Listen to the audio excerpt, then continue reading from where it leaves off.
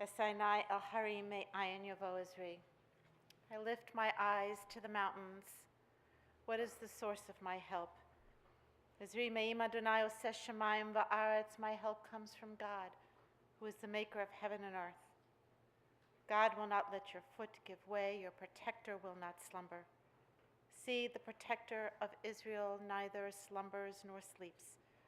God is your guardian, your protection at your right hand. The 23rd Psalm.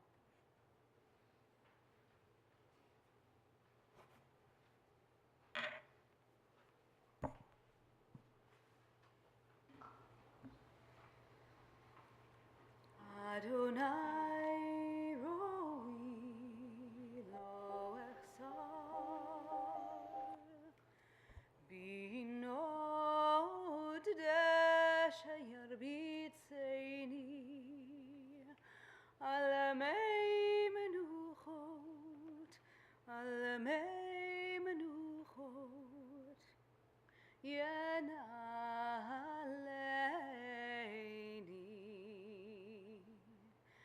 Nafshi yeshovev Yancheini v'magelei tzedek Yanecheini v'magelei tzedek Leman neshamo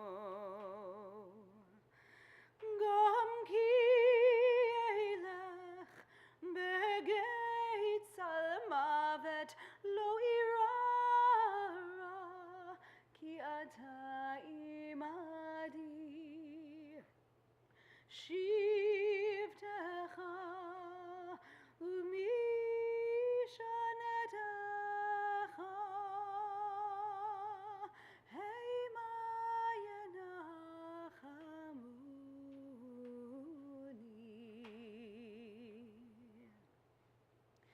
Ta'aroch lafanai Shulchan neged sorerai Dishanta Vashem roshi Kosi revaya Ach tov v'chesed yirdefuni Kol yemei chayai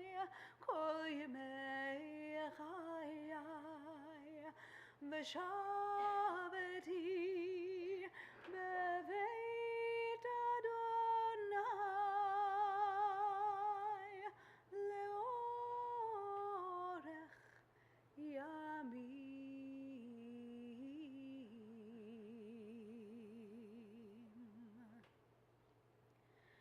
Adonai roi lo echsar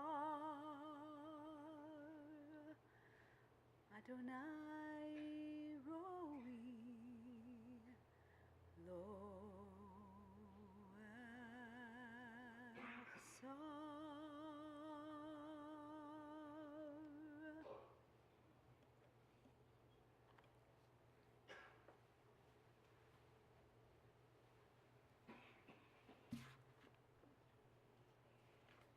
The Lord is my shepherd, I shall not want. He maketh me to lie down in green pastures. He leadeth me beside the still waters. He restoreth my soul. He guideth me in straight paths for his name's sake. Yea, though I walk through the valley of the shadow of death, I will fear no evil, for thou art with me. Thy rod and thy staff, they comfort me. Thou preparest a table before me in the presence of mine enemies. Thou hast anointed my head with oil. My cup runneth over. Surely goodness and mercy shall follow me all the days of my life, and I shall dwell in the house of the Lord forever. In the rising of the sun and its going down, we will remember him. In the blowing of the wind and in the chill of winter, we will remember him. In the opening of buds and the rebirth of spring, we will remember him. In the rustling of leaves and in the beauty of autumn, we will remember him. In the beginning of the year and when it ends, we will remember him.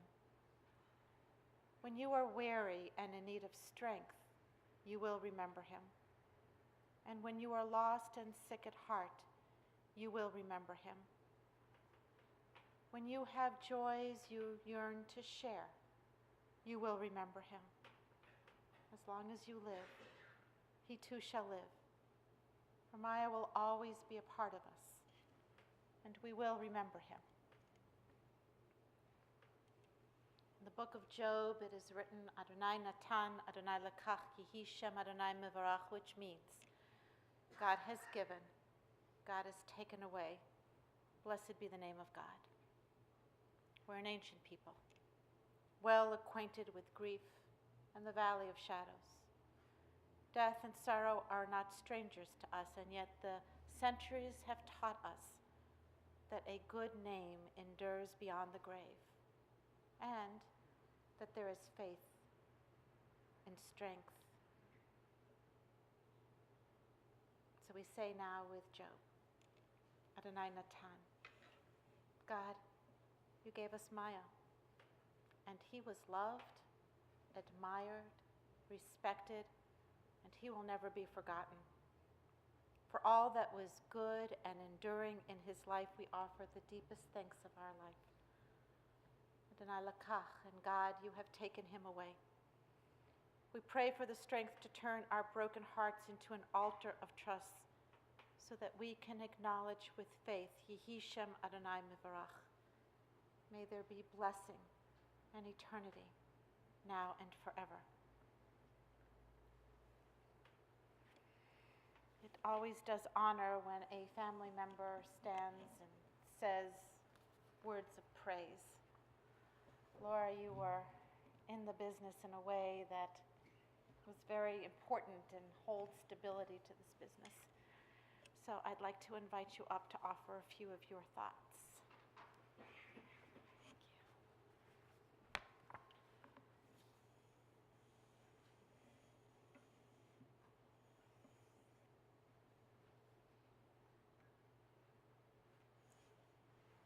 Thank you. Joyce, the first thing I have to do is to thank you. You took such good care of our Maya every single day. His life would have been so different if it were not for you.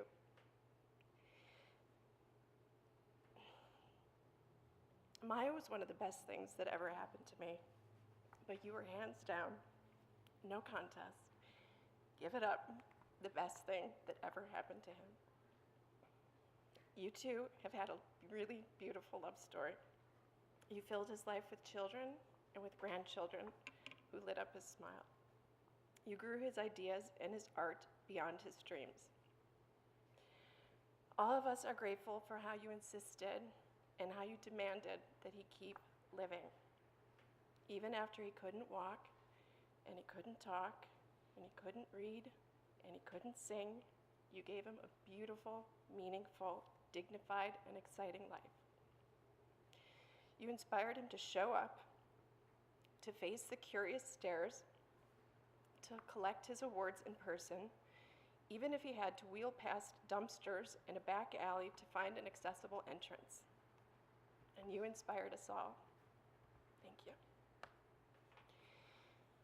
And now I'll thank my sweet Uncle Maya. He gave me belief that there is a grand, wild world out there, that there is something new under the sun, and it is our right and our responsibility to find it and to wrap our arms around it. I inherited my restless soul from him and my sense that perhaps life is elsewhere.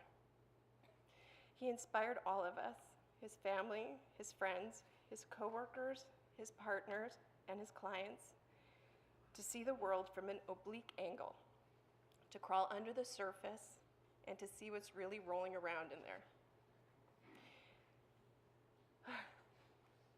My first memories are of Multifarious Maya, his persona in the 70s when he traveled to India, tossed off his family name, and reinvented himself as a modern Merlin. On Sunday nights, my sister Michelle and I would play jacks on my grandparents' parquet floor in their perfectly appointed Lakeshore Drive apartment. Uncle Nefarious would strut in through a cloud of patchouli, colorful caftans, long hair, a wicked smile, and pure, sparkling charisma. He would stand on his head and tell long, rambling stories of his adventures on the Spice Road, many of them involving cannabis. Maya was a huge guy and a man of a million details and quirks. Let's talk about the guy who ate mayonnaise with such gusto we called him Uncle Maya. Maya loved food. In his 40s, he led a Spartan lifestyle, living in a walk-up rental and eating vegetarian soup with his one spoon out of his one pot that he left on the stove for a week. He ran 5 miles a day and went on 10-day meditation retreats. When he walked out of that apartment and into the home he shared with Joyce, he changed all that. The good life beckoned, and he made up for lost time. He ate huge steaks. He devoured entire cream pies. He ate all of Maria's peanut butter from the company fridge.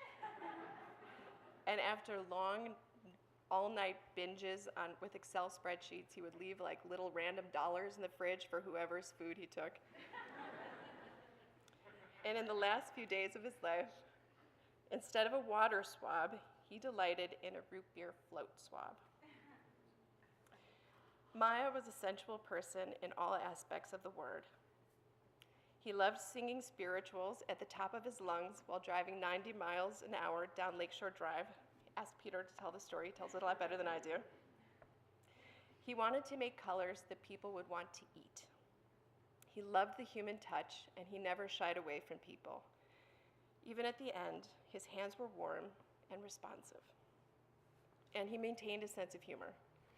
When I told him in the hospital that I don't understand, why doesn't he have wrinkles? Why does he look so good?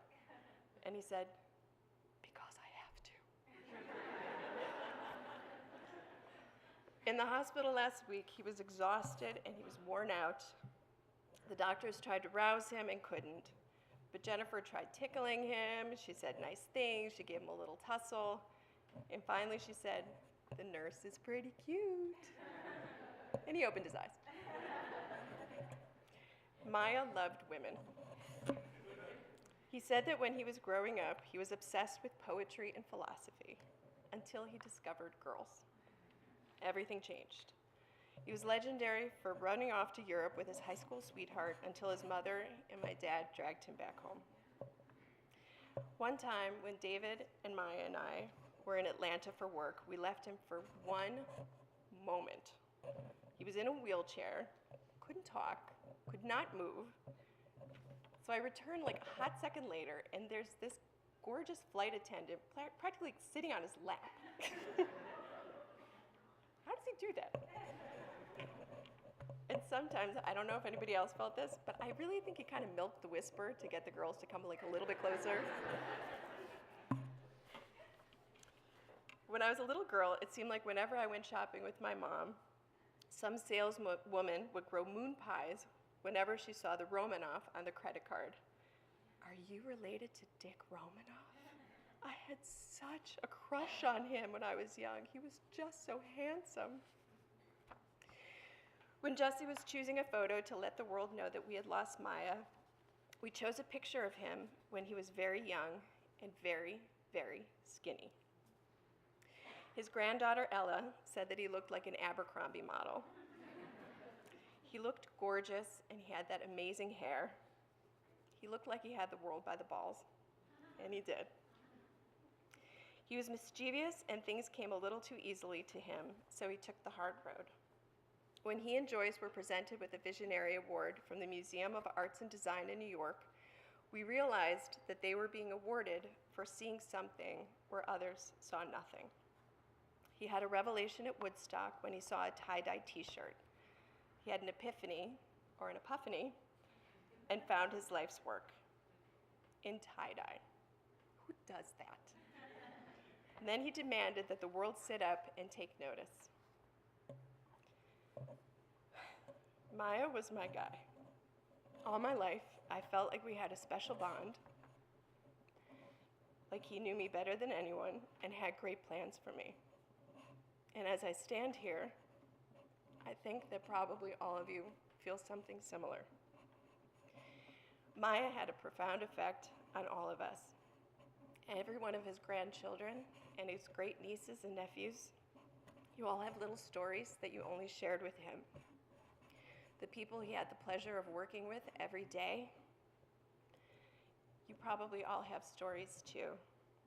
Something he saw in you that no one else recognized or appreciated. Every salesperson he worked with, every client he presented to, every caregiver he ever had walked away feeling like something important and funny and a little bizarre that just happened. Joyce's daughter Jennifer put it perfectly when she was 13 and told him, "I want to be like you, Maya. I want to have a big life." He made all of our lives bigger for having known him. He helped us all see the world from his beautiful, funky perspective. A friend told me Maya saw life through a kaleidoscope. Let's promise each other that we will never, ever lose that perspective.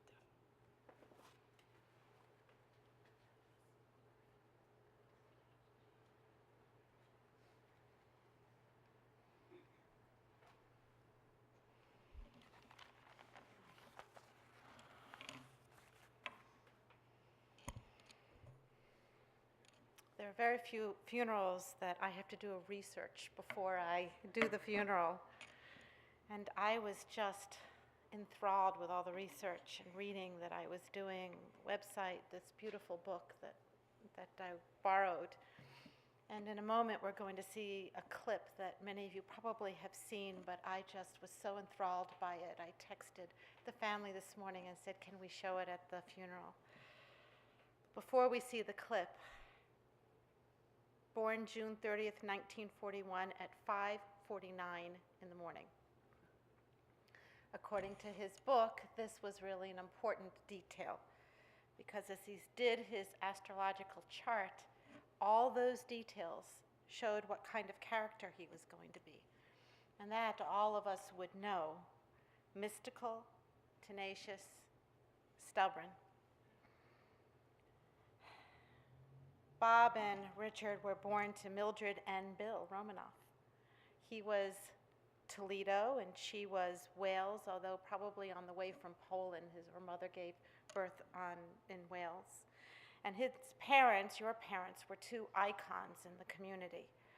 We could just go on and on about them as well. They were big people and famous people. And they had the good sense to bring into their homes a woman whose name was Bessie, who was apparently pure love and nurturing, because not enough yesterday could be said about Bessie. His mother lit up a room when she walked in, and when we said that around Joyce's table, everybody turned to her and said, "Just like you do, Joyce." She attracted attention. She was beautiful. She was vivacious. She was philanthropic. She won awards for her charity. And his father was brilliant and genius, and he sought his love and respect all his life. Brilliant and beautiful. That set him on his destiny. Fame and success were important, and over 50 awards. I stopped counting on one list that I saw at some time, including a Lifetime Achievement Award. He had the good sense to redefine himself every decade or so, and define and defy what business trends were all about. Fast Company said he made the tie-dye hip for the non-hippies. Exhibitions all over the world, traveled in every continent of the world, and he was on a treasure hunt. He was looking for textures and colors and ideas, and he couldn't stop until he found the next idea and the next idea. And in one of his travels, he found Buddhism, and though Judaism continued to be important with him, nobody could deny that Buddhism gave him peace and quiet and solace. He was a philanthropist. I stopped counting, and it was interesting to me that on the website lists the places that he has given, and I thought to myself, that's to teach every one of us that this is what you do with money. You give it away. Variety of charities that are all there, but what's not on the list are the things that many of you probably know that we will never know. The $20 for the man on the street, or the studio space for the aspiring artist, giving of himself, and yet counting his pennies, living in a very sparse kind of way. Joyce described the scene when she first met him in such amazing way. Metal desks, a princess-style telephone, file cabinets, and one of you said a three-legged stool that he sat on. Very sparse, very bohemian, a really interesting paradox. He had the same employees for over 30 years, and their children, your children, came to work in the company as well. Created a compassionate, giving work environment, something that was exciting and insane and crazy and amazing, and creating something from nothing every single day of the life. Who wouldn't want to work among hot boiling pots and cauldrons? And I ask whoever's behind the scenes now to run this video, and then I'll pick up after the video. I hope that you're going to be able to see it on this television here.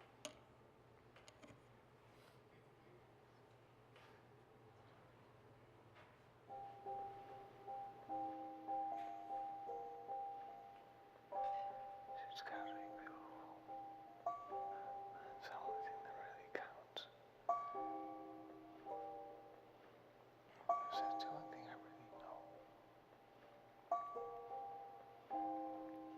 And I've gone through so many different things just to find what was there.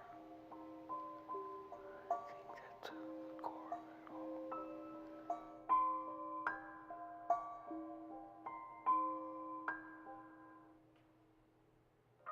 Maya Romanoff is definitely an eponymous company. Certainly at the heart of it is Maya's vision of beauty. Maya is as much an inventor as he is a designer. He's had a consistent production of fresh ideas. The character of the person who is making the design is completely expressed in that design. And the more fascinating the person, I find, the more fascinating the design. He strikes me as a person who is just inspired by everything.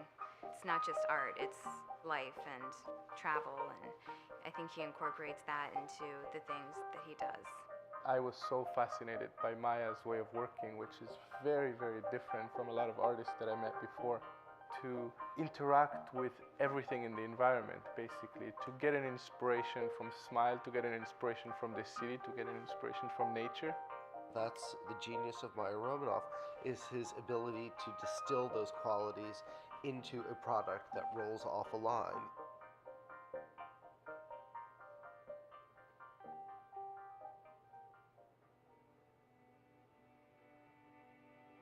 Maya was hanging tie-dyed fabrics from large buildings a long time ago. That's not something that there are many people who've ever done, and yet he went on to turn that into a business.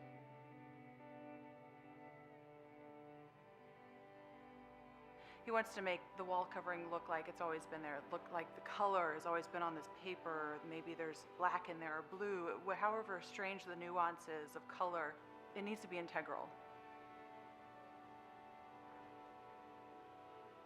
What Maya has really tried to teach us all is how to see color and how to see things as we're working with them.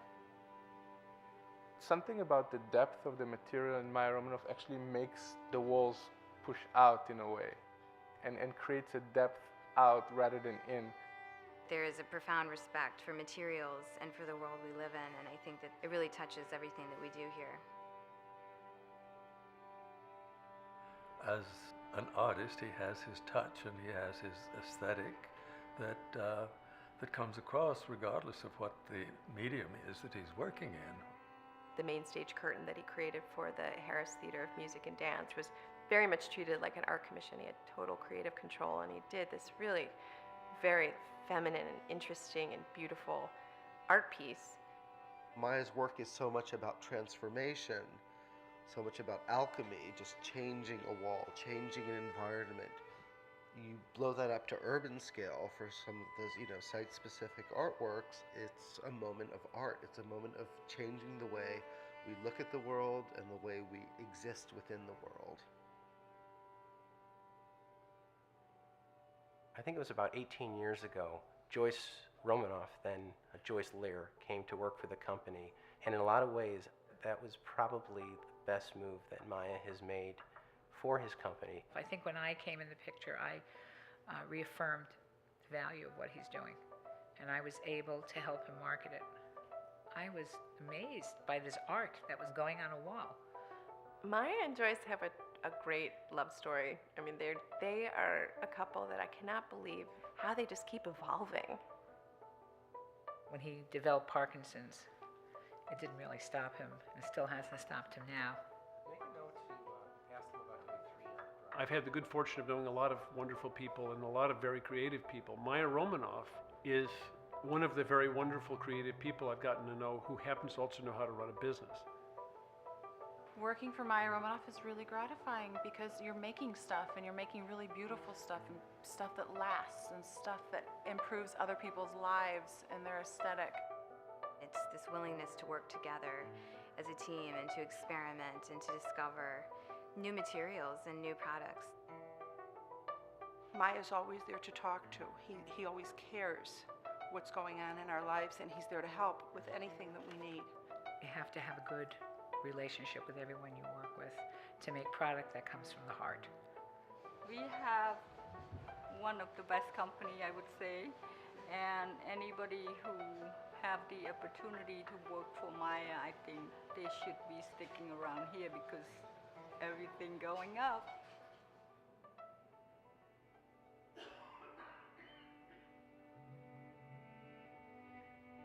You look at Maya Romanoff's career and the products and the innovations, I think the contribution is a very simple one. The idea that you keep experimenting, you keep looking for new processes, the work has to evolve. It sets sort of a high watermark for the industry for, what real innovation means. We're lucky enough to have our family involved in the business, and they encourage him and they love him. Our family has ensured us that this company is going to go on.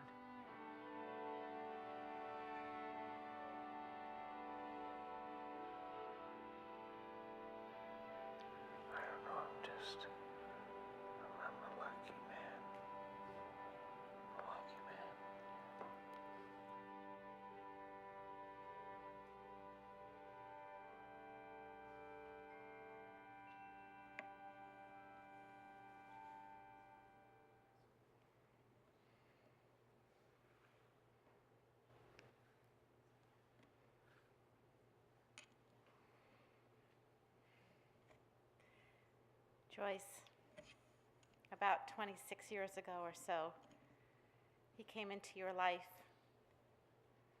and he saved you.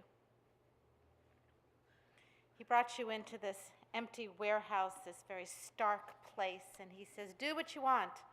Hire, fire, transform. He barely knew you, but he knew exactly who you were. And you kept saying, but I don't know what to do. I don't know where to begin. What do I do? Do what you want, he said. Don't give up, your son said.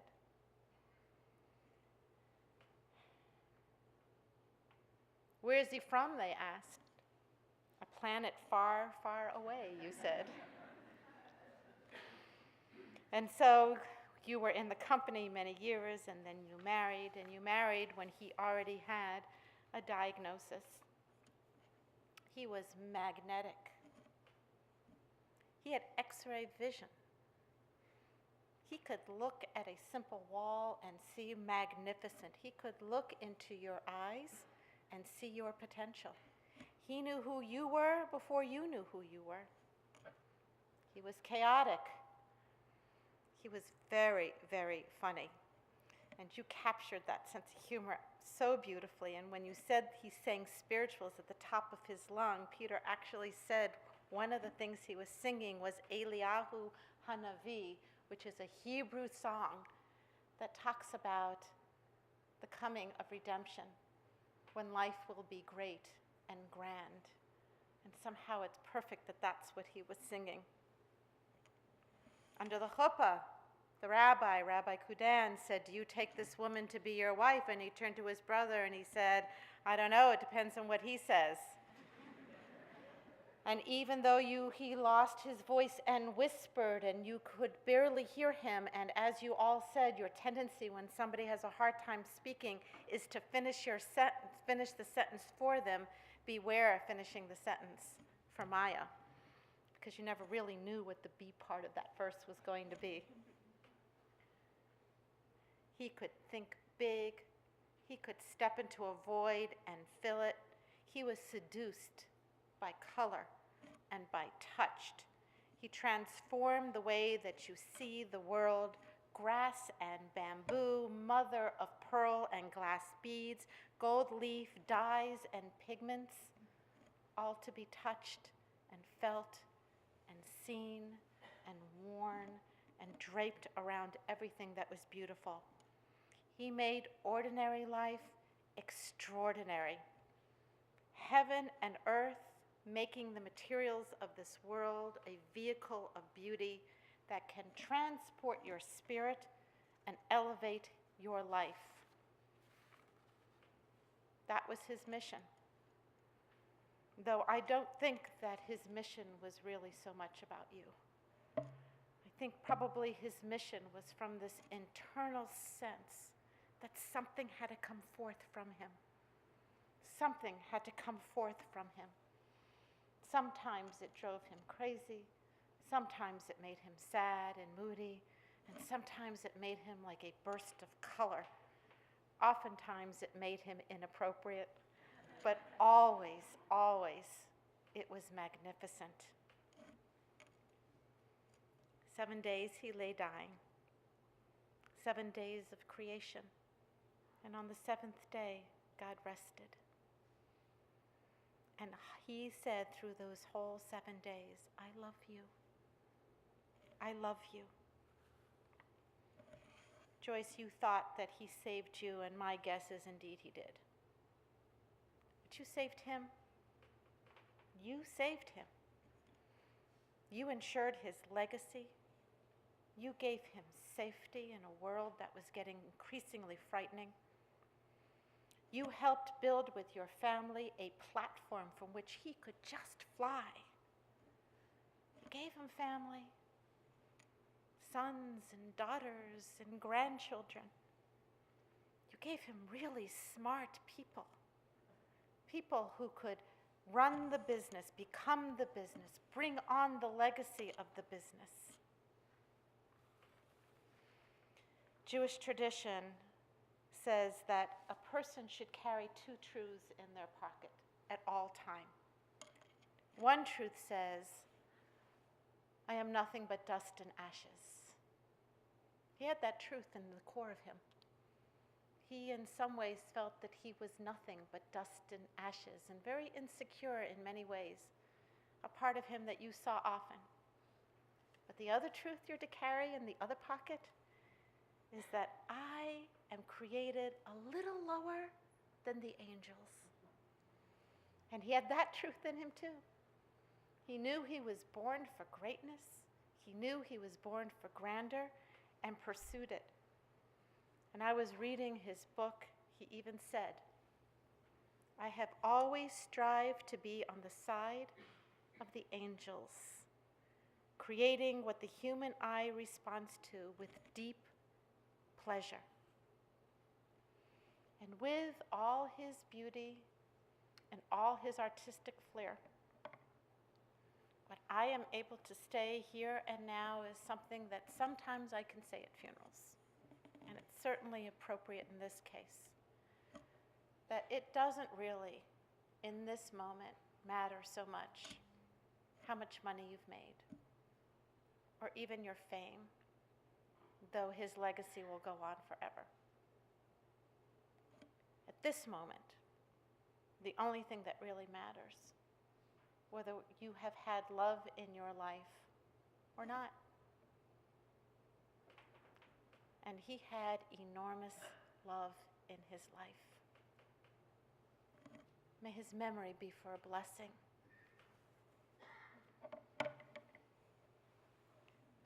Please rise.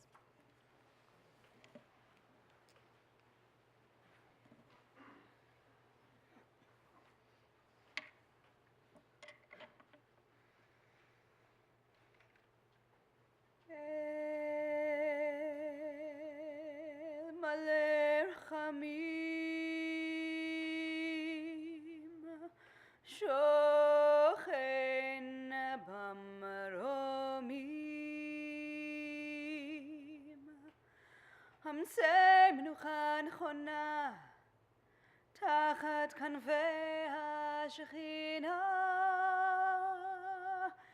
עם קדושים וטהורים כזוהר הרקיע מזהירים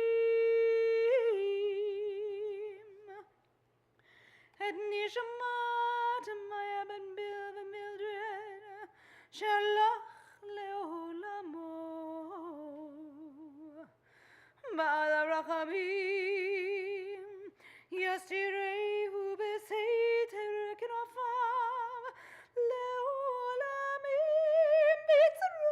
בצרור החיים את נשמתו אדוני הוא נחלתו וינוח בשלום על משכבו ונאמר אמן.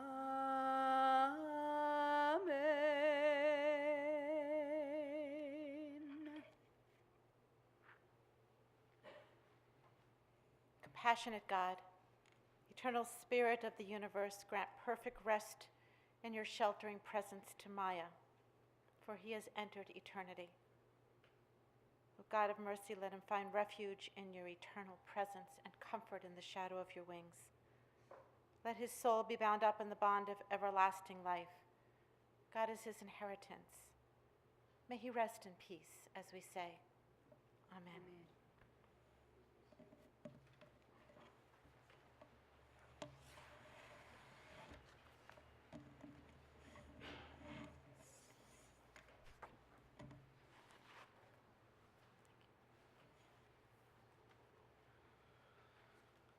Ladies and gentlemen, the interment service will continue at Memorial Park Cemetery at 9900 Grosse Pointe Road here in Skokie. The family will be together at the Romanoff residence at 670 Midfield Lane in Northbrook. They'll be together today upon return from the cemetery until sundown, Saturday night from 6 p.m. to 9 p.m., and Sunday from 12 noon to 4 p.m. Information about memorial contributions as well as a map to the family's residence you'll find on the service folder that you received upon entering the chapel. If you do not get one, we have them as you exit the chapel. For those of you who will be driving in the funeral procession to the cemetery, the procession will be forming in our parking lot. Please obtain an orange safety funeral sticker to place on the right-hand side of your windshield. Have your bright lights and hazard lights on at all times. For additional measures of safety, we will be providing many of the cars with a flag that will be affixed to the top portion of the car. We'll also ask that you have your high beam headlights on, and please refrain from speaking on your cellular phone while driving to the cemetery. This time, I'd like to call upon the pallbearers to come forward to escort the casket of Mr. Richard Maya Romanoff from the chapel. Please rise. Once the family has left the chapel, Mr. Romanoff, the pallbearers have left the chapel, we invite you to return to your cars.